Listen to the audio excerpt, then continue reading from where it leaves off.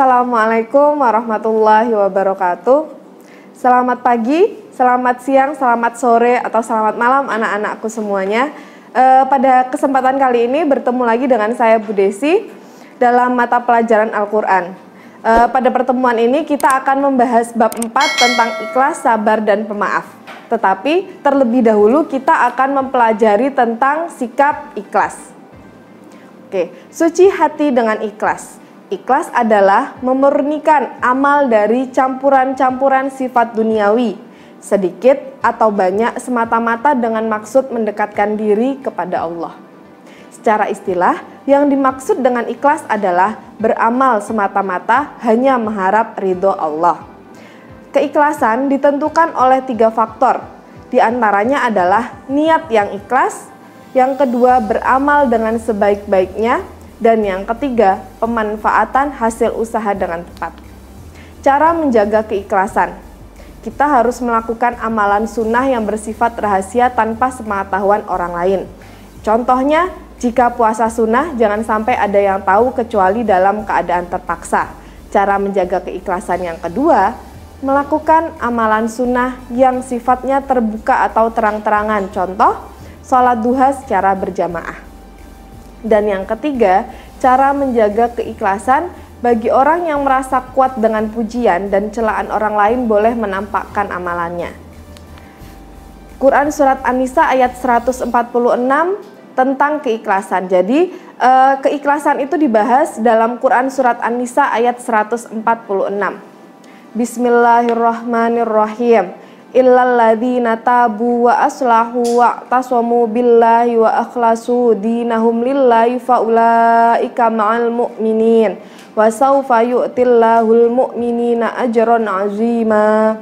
Kecuali orang-orang yang bertobat, memperbaiki diri dan berpegang teguh pada agama Allah dan dengan tulus ikhlas menjalankan agama mereka karena Allah, maka mereka itu bersama-sama orang-orang yang beriman dan kelak Allah akan memberikan pahala yang besar kepada orang-orang yang beriman.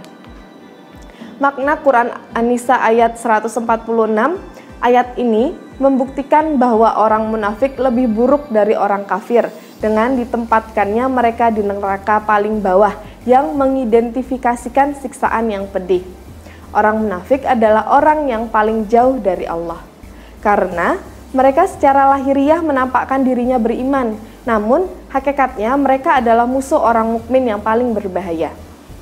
Sekalipun begitu, Allah tidak pernah menutup pintu rahmat dan kemurahan Allah kepada siapapun. Bila orang munafik bertaubat dan menghilangkan kebiasaan jeleknya, Allah pasti menerima kembali pada pengakuan umat Islam.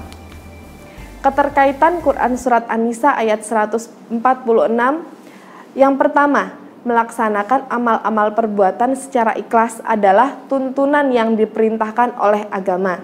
Yang kedua, karena hanya amaliyah yang dilaksanakan secara tulus atau ikhlaslah yang berdampak pahala atau balasan surga bagi para pelakunya.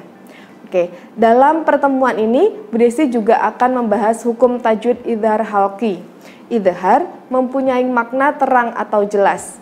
Disebut idhar halqi disebabkan oleh makhraj dari huruf-huruf tersebut keluarnya dari dalam tenggorokan. Hukum idhar halqi berlaku apabila nun sukun ataupun tanwin. Tanwin itu ada dhammah tanwin, kasroh tanwin, dan fathah tanwin sesudahnya bertemu dengan huruf-huruf seperti alif, ain, ghain, ha, kha, ha, dan hamzah. Contoh idhar halqi. Apabila ada kasroh tanwin bertemu dengan alif, hasidin idza. Yang kedua, contoh apabila dhammah tanwin bertemu dengan ha, ghafurun halim.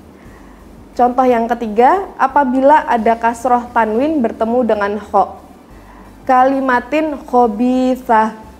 Oke anak-anak, itu 3 contoh yang Bu Desi sampaikan, contoh dari idhar halqi. Oke, baik. Sampai di sini dulu pertemuan kita pada hari ini. Semoga bermanfaat untuk kalian semua. Kurang dan lebihnya Bu Desi mohon maaf. Wassalamualaikum warahmatullahi wabarakatuh.